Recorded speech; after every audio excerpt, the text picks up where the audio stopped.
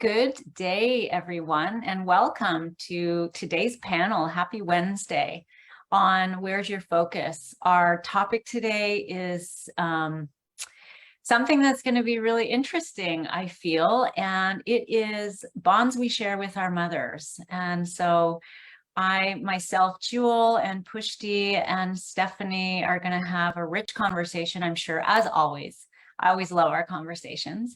And so I would encourage everyone or anyone who's watching or tuning in today, or even tuning in later as a replay, to please share these conversations out, because it's really important for those who need to hear them. So I am Jewl, and I'll introduce myself and then I'll hand it over to you, Stephanie.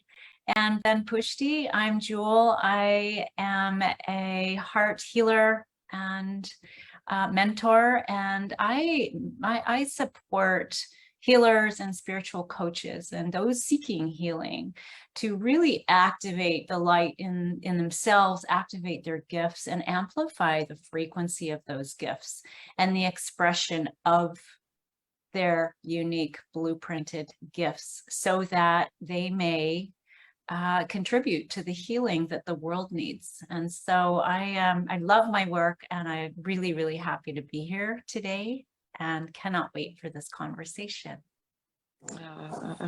So beautiful. Thank you, Jewl, for opening. What a beautiful opening. And thank you to everyone for watching. My name is Stephanie Victoria, and I am a quantum coach and Akashic artist. And I work with advanced spiritual intuitives and creatives, those who are here to birth their mission and their message on the planet. And I work with them through this space of the Akashic records in the field of infinite wisdom and cosmic intelligence and unconditional love, to really bring ease and joy and bliss and clarity to that birthing process. I'm so excited to be here too, and so excited for the way that this conversation will surely unfold in divine order. Thank you so much. And to you, Pushtiie. Hi, I'm Pushtiie. My God, you guys are so amazing. I don't even know where to start. So I think I'm the earthborn spirit here. I am a creatrix transformologist, and I just work with women who have a lot of trauma, who are not able to express themselves in any way because they're bound to, this low self-esteem, low energy space because of the trauma. I help them release all of that and actually start coming into a space where they can start working with you guys, because then they can actually start expressing themselves more and more. Wow. Beautiful. I love that. So where does this conversation begin? I feel like there is no beginning and no ending to this field of love between mother and daughter, in whatever way that shows up or doesn't show up. So I feel really a huge nudge to hand it over to you, Pushtiie, because I know that you said earlier, and I've really felt this from you, that this is so close to your heart, and a topic that is so much in your field right now with your clients, you were saying. So would you like to start us off today, and we'll just see where the conversation goes? Yes, thank you so much, Jewl. Thank you. So being a creatrix transformologist, I work with women who are going through trauma and need to resolve it right now, because some of them are so traumatized that they actually cannot live a functional day-to-day life. I'll give you an example of a client that came to me, and she is 21 years old, and she tells me that I ran away from home a couple of years back because I got pregnant thrice, and I was taken to get aborted. But whatever was happening was not stopped. And all these were either my father or his friends' children in me. And I was taken by my mother to get aborted all 3 times. I don't even know. I had no idea how to respond to this. And I'm like, you're lying to me. And she said, no, and she actually gave me all sorts of proof, because I mean, can you believe that? I couldn't believe myself. I said, listen, you can't be serious about this. And she said, this happened to me. And then I started working with her with one thing at a time, because I could not immediately do creatrix with her because she was not ready. Because in a way, since she was little, it had become a way of being treated. And that's how she believed she should be treated before something broke in her head and she said, no, I need to get out of here, you know? So it is just something that has happened to her. And very gradually, I had to take her one step at a time into first understanding herself, after which I can say, okay, now you're allowed to fall in love with what you just discovered. It was, I didn't know what to say and I didn't know what to do because, actually I was so shocked that I actually didn't know how to start reacting to her, not how to start helping her. Because I've never ever come across something like this. You are 20 something years old and you're aborted thrice with either your father or your father's friend's children. And your mother took you and said, keep quiet, don't say a thing, just get yourself cleaned. And don't say anything to them, don't tell them to stop. How do you deal with that?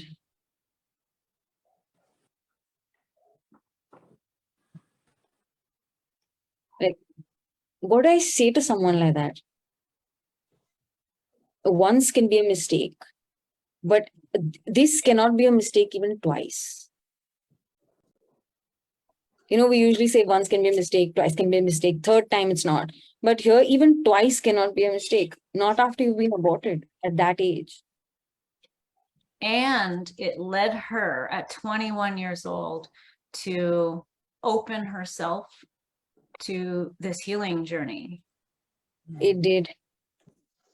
It did. I mean, it's very, I agree, it's very brave of her to actually come and tell someone about it. Because it's, I mean, I don't know if you can see it, but I'm kind of shivering just talking about it right now to you guys. Imagine what she went through just coming and telling me about it. And she's like, I don't know why I'm telling you this, but I feel you are the only one who will actually understand what I'm saying. But it just becomes like a huge responsibility, even to me as a healer, to receive that and be able to respond to it. Because you don't feel like anything you're going to do here is going to make a difference, because that child is scarred for life.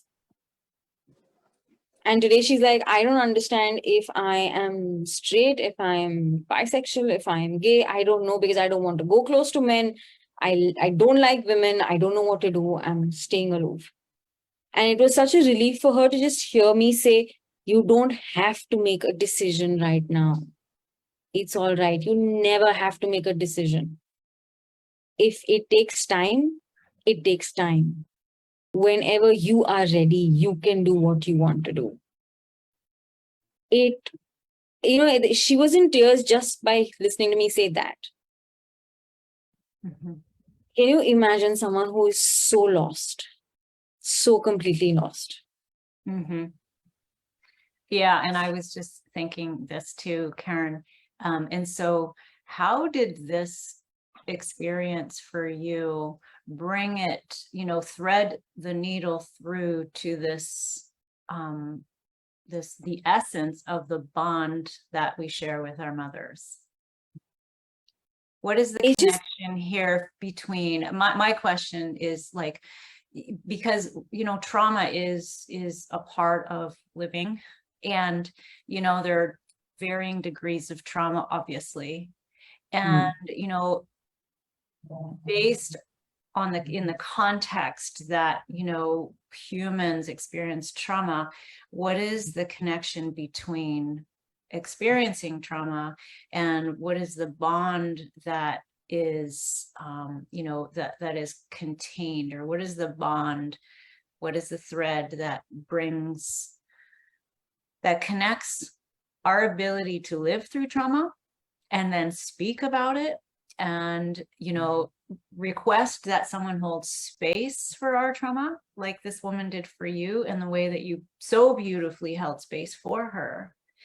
And what is the connection between that experience and the, and I mean, the word bond, can be construed in many different ways, right? This is a very corrupted bond that she's had with her mother, and I can relate to that, but yet still a bond. And so what are these bonds, and how do we perceive these bonds and experience these bonds with our mothers based on our life's experience is a curiosity that I have.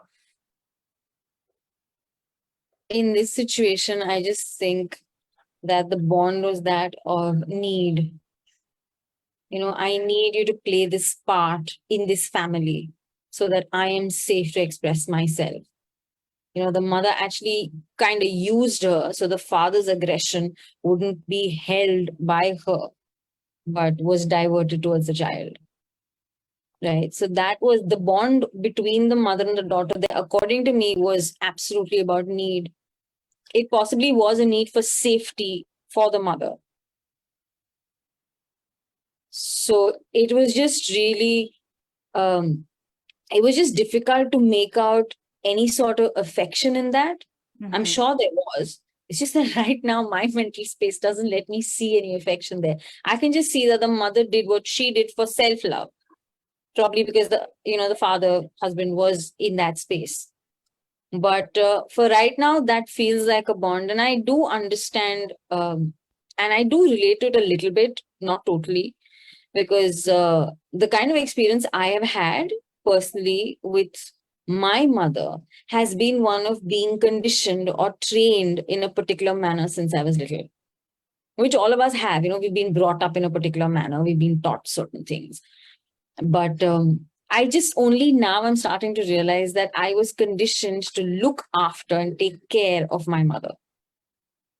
So I was not important, but she has always been important no matter what, But now when you grow up, you're like, yeah, that's all right. I can take care of my mom and I can take care of myself, So the bond that you share with your mother, I think really reflects in your life with how you bond with yourself. Because she is the one who teaches you in a way how to treat yourself. And if you try something else, sometimes it is or is not acceptable. I don't know if that makes sense. Mm-hmm. Yeah, is that making sense? And there's so much room for healing here. Oh my God. So much room for healing here. Yep. It's I feel like I want to share about my bond with my mother as it relates to the toxicity of it that has healed. And I really believe in my heart and soul that these experiences are call outs for us to move into to healing these bonds and transforming toxic bonds into bonds of love, pure love, unconditional love. And this is possible for this client of yours as well. Yep.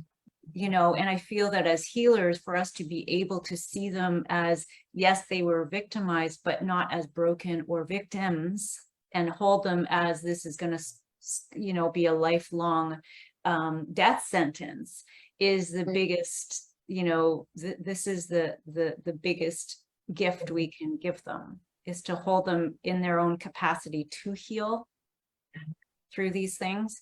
So, when I think of my mother and our bond, we were, in this marriage of a bond that was very corrupted, like very toxic. And it was a bond of collusion. As she and I were both, we ran away from home together. We were both, in a space where there was abuse by the other parent. And so we were in a bond of collusion and, protection. And, we did literally run away from home together, and we spent inordinate amounts of time when I would visit and, travel for miles to visit with her. And we would expend 99% of our energy discussing the abuse, discussing the toxicity, discussing.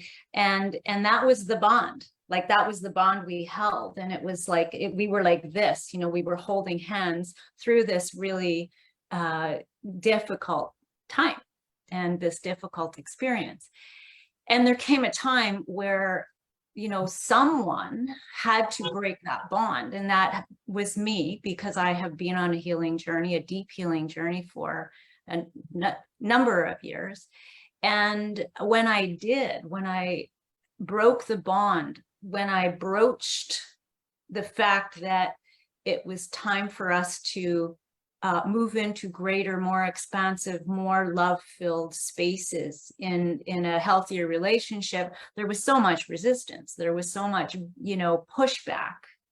But, you know, I feel that there's a personal responsibility here for us who experience trauma, who experience all sorts of abuse, you know, and people, so many people have stories of this, and it's never easy. It's so difficult, but I feel there's a responsibility personally for us to decide and choose to understand and acknowledge and observe the nature of the bonds that we hold with people in relationship. And in this conversation, we're talking about our moms, and to make a decision, make a different choice. And that requires a lot of courage, right? It requires a lot of differently informed perspectives, and it requires doing the hard thing, even if there's going to be pushback. And what has happened over the years is that our bond has shifted, it has transmuted, it has become one of spaciousness and getting shivers and love and shared communication through the divine, as opposed to shared communication through fear. So it's this, you know, shared bond of communicating through love versus communicating through fear. And I know that this is possible for everyone, and to hold people who come, I know that when people come to me traumatized, you know, the way that you so beautifully are holding or held the space for this woman is the entry point. You know, it's that portal back into the heart that we all have the capacity to move into.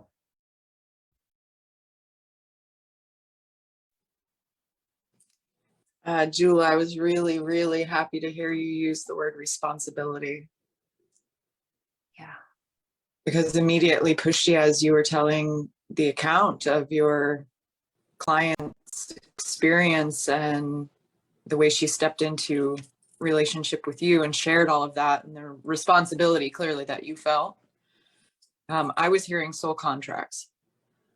I mean, my viewpoint of that scenario and experience that you so vulnerably shared on behalf of your client took me immediately up here to this higher echelon view of what it is that is really unfolding between these two souls, this mother and daughter.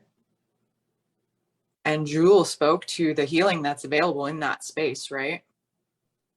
And the soul contracts are so important.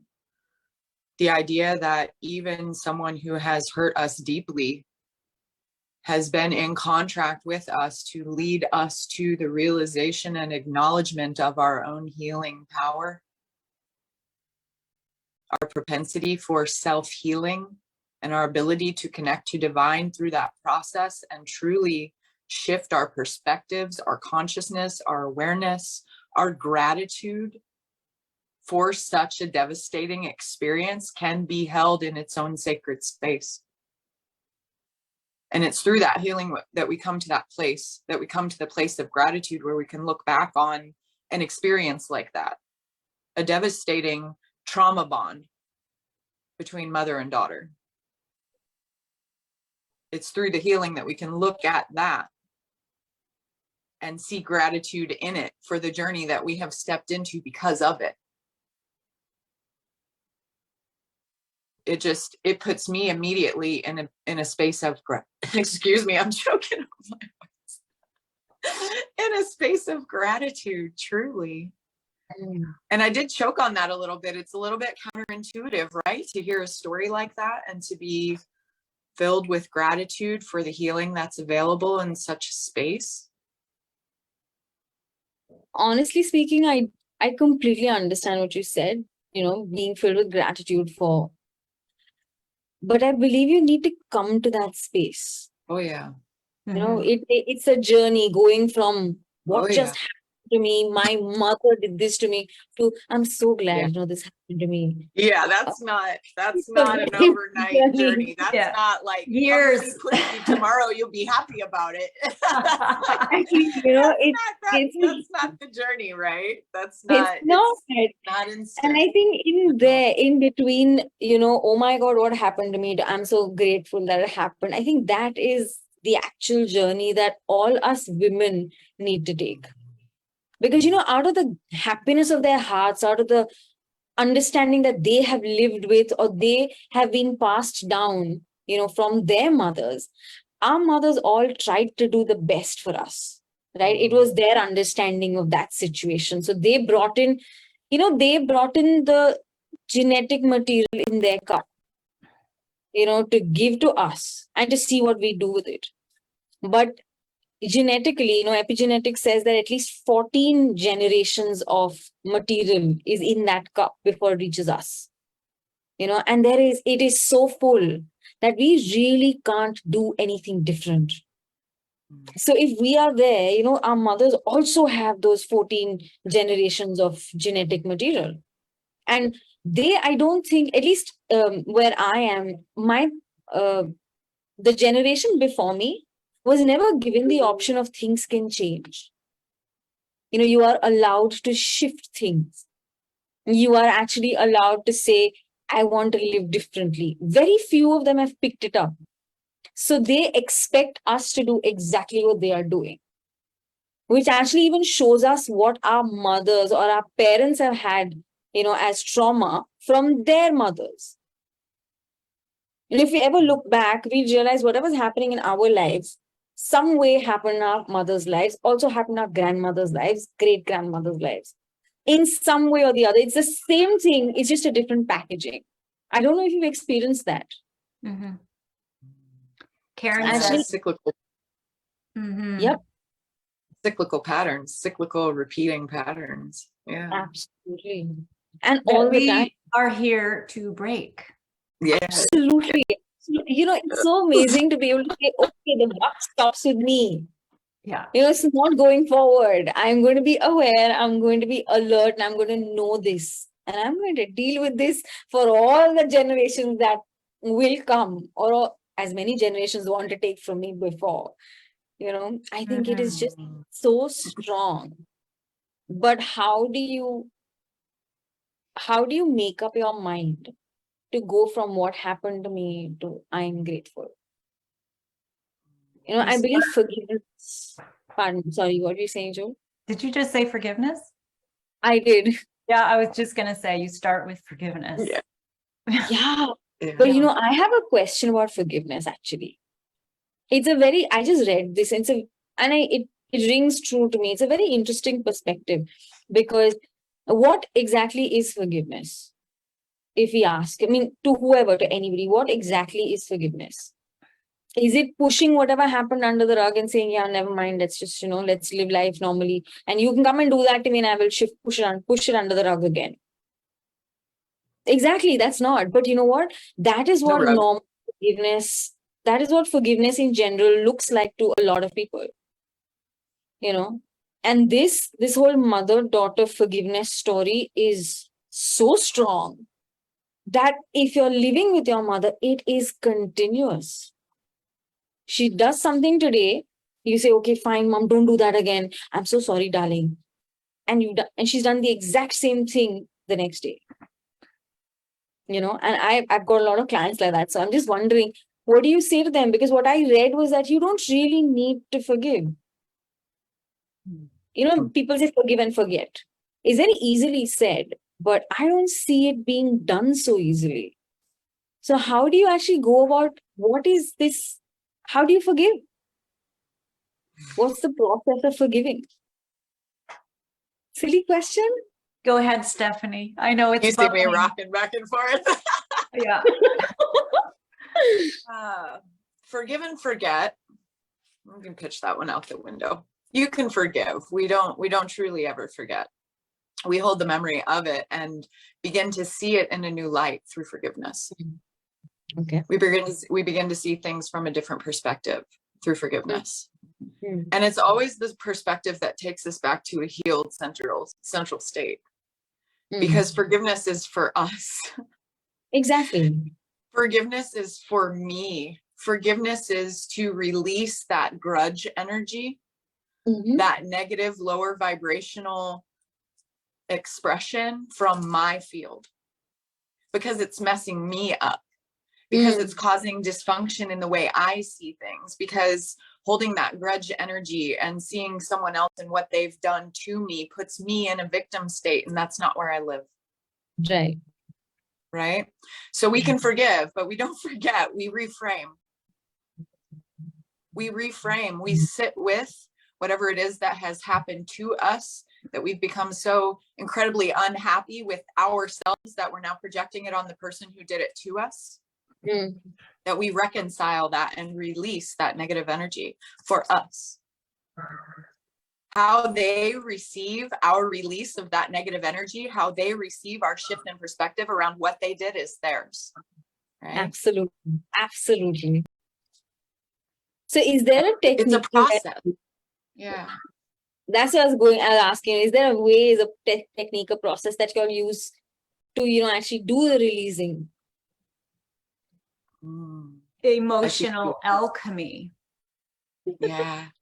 Divine alchemy, where we lean in to the pain and allow the energy of the emotion to serve us and to release by virtue of, feeling it all the way to the end of itself. Right. And in that moment of sweet surrender, there is this self-forgiveness. And the energy is released, that the dense, the heavy energy of resentment and shame and whatever it is and anger and sadness there's a release of energy. And it's in that moment of alchemy where the emotion is transmuted from pain, whatever the painful emotion is, to a surrender and to a connection with something greater, to a connection with something else, something more. And that something more in that space, in that safe space, is, you can call it forgiveness, you can call it, this sacred space of emptiness where something new can be created. And the forgiveness of self first is something that, and I'm speaking from experiencing this myself many times. And when I forgave my father, there were layers of it. There was the initial forgiveness. And then years later, there was another layer. And months later, there was another layer. And 3 weeks ago, there was another layer. And it always brought me and brings me back to what you're talking about, Stephanie, into this beautiful sacred space of this is for me, and I'm freeing and liberating myself from my response, my conditioned response to the thing that, that I witness in you. And, if you live with your mother, like you had said, Pushtiie, before, there's constant triggers. So it's an inside job, isn't just a cliche, or it's a cliche for a reason, because it's truly this core transformation that has to happen within us first. And really taking responsibility for our own emotions, for our own responses, and leaning in all the way, knowing and having faith that we're being held by something so much greater than ourselves that will lead us to into a new and different and elevated consciousness of love. Because at the end of the day, that quote, life doesn't happen to you, it happens for you. It shifts us from this is happening to me, I'm a victim, into the consciousness of personal freedom and into the consciousness of love and out of the consciousness of victimhood. And when you're in the vicinity of let's say, you know, when you live with your mother, when you said that, I thought it reminded me of what it's like to live with someone who is constantly there and you're doing your work while they're constantly in your vicinity. And what happens through forgiveness is the triggers just fall away. It's just like what they used to do that got you just so, you know, angry or triggered or reactive. It doesn't even exist anymore, because forgiveness and love and its energies is so much more powerful, and it begins to prevail over the previous, you know, propensity to be triggered and to react. And so and this leads me to you know, sort of conclude what I'm saying, you know, what I'm articulating here, to say that this is the healing that we're doing within ourselves. And as we do this deep alchemical healing within ourselves through forgiveness, there is healing that's happening in the other person. And like my father softened over the years, and, you know, connected to gratitude and connected to the essence of higher realm consciousness without knowing it, because I was healing. Wow. And continue, you know, always. It's a healing journey. It's beautiful. Absolutely beautiful.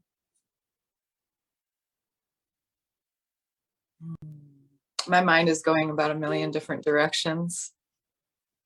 Just sense this little brief segment of our time together.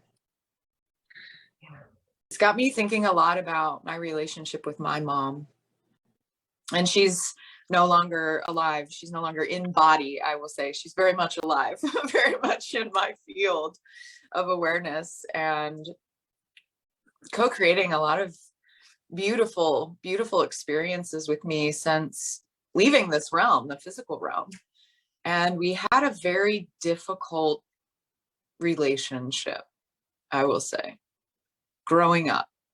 We were always butting heads, and loved each other very much all at the same time, right? Absolutely. So it was this this dance of sorts, getting to understand each other in a different way back then, much different than I understand her now and her energy. And we were estranged for quite a while before she left this realm. She was very ill for a very long time. You know, we had this segment of my life and experience as a child where there was this like tug, this push and pull between us, and very much in love, and also you know, pushing each other's buttons, aggravating each other, frustrating each other. There was not this undertone of deep trauma by any means. That came a little bit later during her illness. And on my walk later in life, as she aligned into that phase of her experience here on the planet, you know, being ill and being very lost in that way, you know, of what true health really represented in her life, what that meant, how to access it, you know, that there was no understanding or awareness around that. And so her walk was one of later in life, one of cellular dysfunction and, you know, physical degradation. And she, for all intensive purposes, became a shell of a human later in life through her illness. She had late stage Parkinson's disease when she passed. Oh. And wow, the soul contracts between us, because it was her illness that sent me on a spiraling journey in through every rabbit hole that I could find, because I had adopted already that perspective that we can do things differently, like Pushtiie was speaking to, that you've seen that come up so often, that these women don't believe they can do differently. And so they're repeating, some of those same things, right? And I somewhere had it ingrained in me very early on. Ooh, and as I say that, ooh, I can feel the emotion coming up. Just hold me in it. My mom growing up always told me, you can do anything you put your mind to. Anything. You can do anything you put your mind to, sis. Those are her words over and over and over. And so I did adopt this, this alternate perspective. We don't have to do things the same way. I can be different. I can embrace my uniqueness. And I stepped a bit into that and immediately was unreceived by the rest of my family. So here I'm carrying this, this shift in my experience where I have accepted myself as unique and stepped into this place of deep exploration in the field of cellular health. I can figure this out kind of energy, right? Because it's my mom. And despite the butting of the heads, I love her and I want to help her. And so I did. I stepped into this beautiful unfolding that took me on a journey through cellular health, understanding the deeper mechanisms of the body, the way the body heals, came into even contact with some brilliant cellular technologies and implemented them with my mom. I implemented them with her and I saw beautiful results. I saw beautiful results with her in the way that her body was beginning to recover. Others did not. They didn't see it. What they saw was me forcing an agenda, me being extreme and a know-it-all, right? I'm supposed to do things the same way everyone else is doing them, and I wasn't. I wasn't taking the words of the white coats for Holy Grail. I wasn't, you know what I mean? I was questioning and pushing back, and status quo was not good enough. And well, long story short, this isn't part of my relationship with my mother, but in a sense it is. I was ejected from the nursing home, ejected from position of, partial caregiver. And how did all this happen, right? Why would your family say, get out, you're not welcome anymore? I thought it was an incredible thing that was happening. I came in one day after 4 to 6 months of sitting with her for one meal a day. And, when that process started, she was atrophied, like her muscles couldn't move. She couldn't move her arms. She couldn't walk. She couldn't feed herself. None of this was a possibility for her at that state that she was in her physical body. And I came one day at lunch to check on her. I was seeing some like slow and steady improvements here and there, but no like grand event, right? And this day that I came to visit her, I got my grand event. I come into the nursing home and she is locked arms with the caregivers. I've gone past her room. She's not in her bed and I'm looking for her. And I find her at the end of the hallway, locked arms with the caregivers, walking the length of the nursing home hallway. What? And I'm bright-eyed, just jaw dropped, eyes wide. And these beautiful caregivers who were here taking care of my mom when none of us were there, they're all looking at me. They know me. They're like, oh, we don't know. We don't know what to say. They're like, what is this? She's walking the hallway. I get the whole event on video. Share it with my family. Now it's time to have this serious conversation about, ramping up cellular technologies and healing foods, which is what I had been doing one meal a day. It's time to ramp it up. This is working. This is amazing. People don't go into the nursing home typically, statistically, state so degraded, and then the improvement is just statistically not the way things go, right? That conversation about implementing my ideas, what I had found, what I had discovered, what I was doing differently, what the doctors weren't doing, what, you know, it was counter instructed. It was not part of the plan from the healthcare facility. So it was extreme, and it was outside of the box, and it was very much rolling the dice because these people know, and right, you didn't go to school for this. Yeah. So out I went. And it was after leaving that things got really, really hard, because it was like, how can I be there to help her now? I can't. Who will carry this on? No one.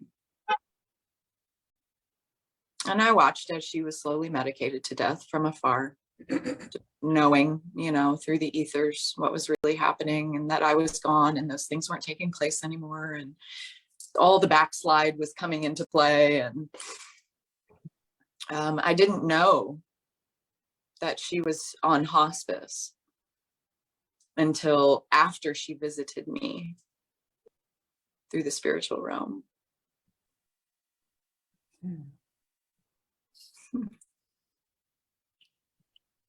She came with this grand thank you. It was like this, thank you for me and thank you for you. You did it. You had the realizations. You brought yourself to this place of knowing, and we did it together, but really you did it. And so I'm having this encounter with her through the spiritual realm. And I haven't brought this up in my awareness in a few years, and it feels really good. These are tears of joy. So thank you for letting me share this. It was through that walk with my mom, through our soul contract of pain. I was extradited basically from the family. That hurts. It hurt then, it doesn't hurt now. I understand, I see, accept. I have gratitude for the place that I am now through that. But wow, that contract between me and my mama, it was through the spiritual realm and her visiting me that the work that I do now opened up.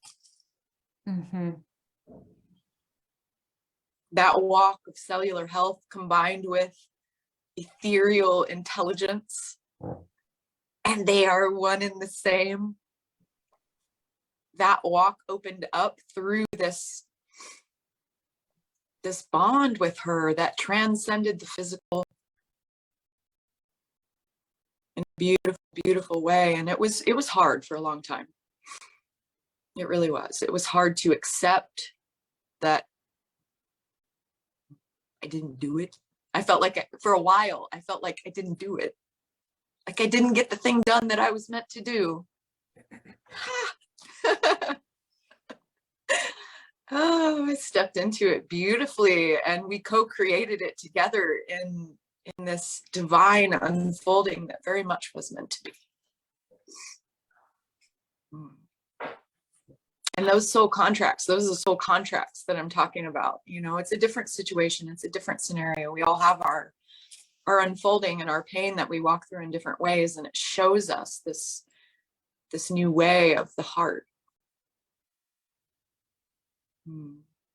So thank you for letting me share that.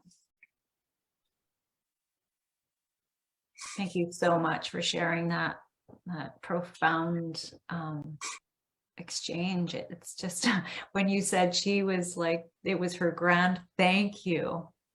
I just like, I see you, and as I see and witness you and feel you and you know what you're here to do, she and you co-created something that will live on for next generations and next generations. And your legacy is something that you co-created together. That I find that so beautiful. And we can and you had said, the trauma happened later. It wasn't based on a trauma or abuse or anything like that. It was based in what it was based in for you and her. And, as I relate that, as I reflect that back to myself and to others who have these trauma bonds, that's the context for which we have been here to live out our soul contracts. And we are here to, especially as healers, to heal these parts of ourselves and inside of ourselves in the spirit of those who were stuck in this is how it's done. We can't let anybody find out that you got pregnant this way. We can't, we have to abort this baby. This is like life or death here. And these are just perceptions based on collective, programming that is here to shift now. And we're here to shift it now. And your story, Stephanie, was so beautiful around, the transformation that led you to anchor deeply in to how you're here to shift that now based on the bond with your mother. It's so beautiful. Thank you so much for sharing that. It touched me so much. You're welcome. Very, very welcome. It feels good. Yeah.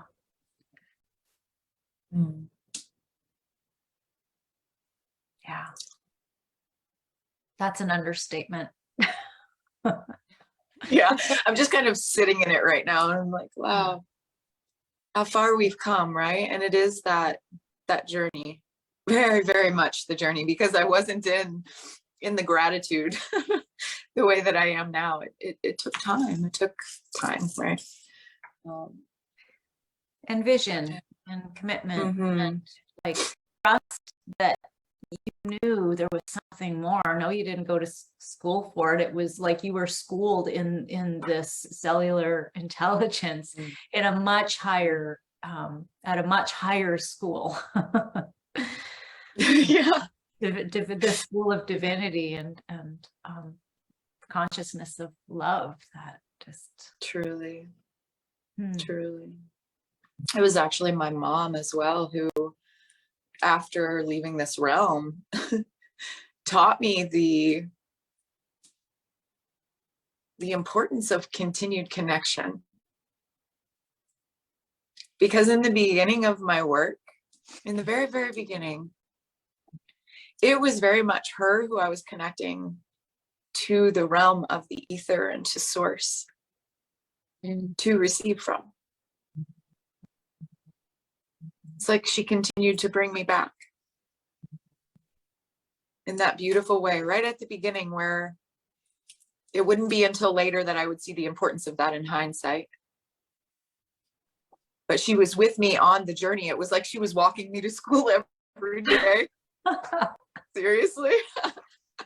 She's like, okay, sis, we're doing this a different way now. I'm not in body, and this is where we can connect. And so come with me. We're doing this, together, walking me to school. I never thought of it that way. Wow. Oh, I love it. I've seen this how, it doesn't matter if the mother is in the body or not. She, especially with the daughter, she's always taking care. And literally, I have been a channel for my grandmother to look after my mother when she was hit with COVID. So I have never done this, but suddenly, I don't know why, at that time when mom fell ill, I used to wake up at this particular time early in the morning, get that tea ready, give it to her, put her back to bed. Then make exactly what she needed to eat, give it to her, put her back to bed. And I'm thinking, why am I doing this? But and this only happened, the thought only came to me after a good 3 or 4 days. Okay, why am I doing it like this? I could just get up, make the breakfast, make the tea, have it with her, and don't have to do it at insane hours in the morning. Who has tea at 5 in the morning? Why would she have tea at 5? Why am I giving her tea at 5 in the morning? After 7 days, she's hale and hearty, and she started troubling me again, which is why I know it was fine. She was just, a-okay. She was troubling me again. And then she says, babe, I've got to tell you something. I said, what, ma? She says, my mother did exactly this when I fell ill as a child. She woke me up at 5 in the morning, gave me this very cup of tea that you made, put me back to bed, gave me food at that time, put me back to bed. And she says, I actually felt my mother's energy around me every time you walked into the room. Wow. And I started saying, it's okay, grandma, stop piggybacking. Do what you want. Don't do this to me. Don't freak me out. Write me a note or something. I'm thinking I'm crazy. Who wakes up at 5 in the morning to give your mom tea? You're thinking, let her sleep. Poor thing. But it is amazing, and it rings so true when you say, she walked you to school. It was a learning for me. My grandmom walked me to school in a way, saying, this is how you take care of someone who falls ill. This is what you feed them. This is when you feed it to them.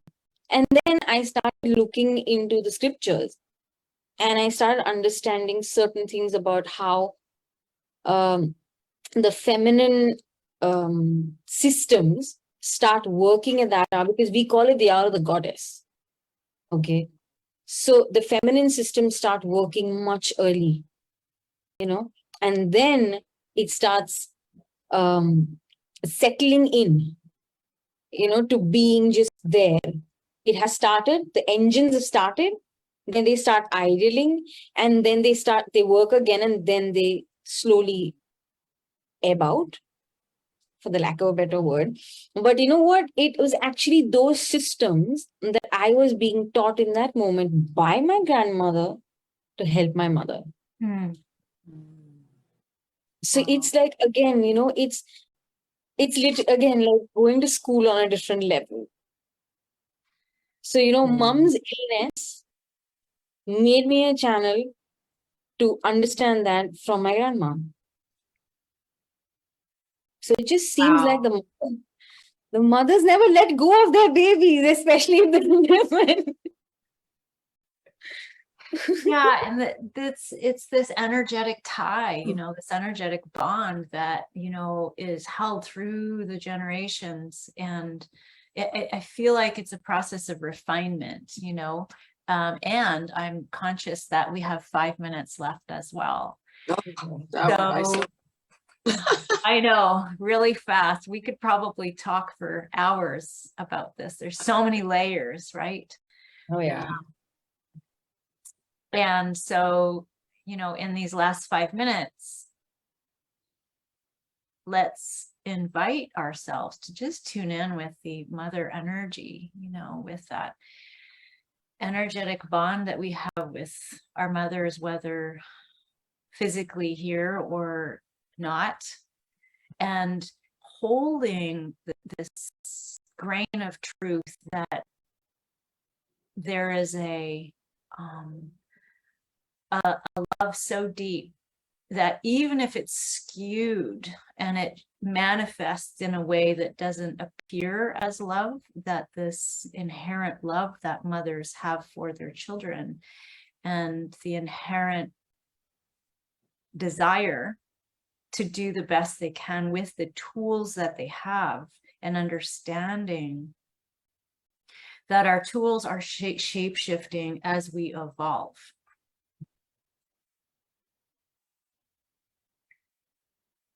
I'm just tuning into that consciousness that is love. That's the real bond to me. The bond that is the most real to me. Everything else that appears otherwise is just an imitation.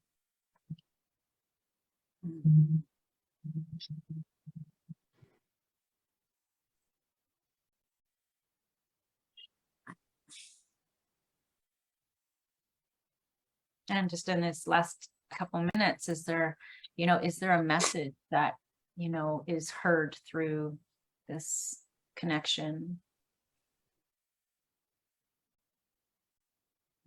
that we'd like to take into the day and take forward from our mothers?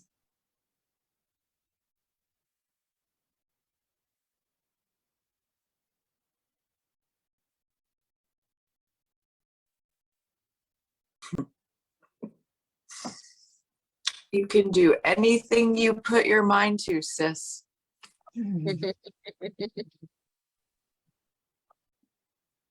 Yep.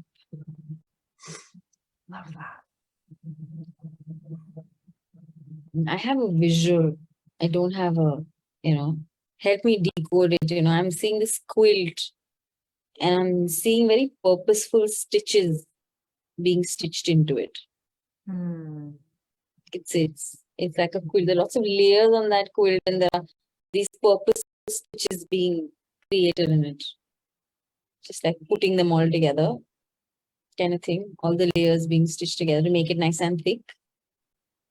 And that's what I'm seeing. I don't know what that means. Maybe one.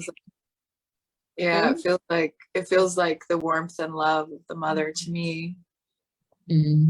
Constructed in the many layers as we receive them through our DNA and through the intelligence that flows through us as we continue to expand here in our experience and create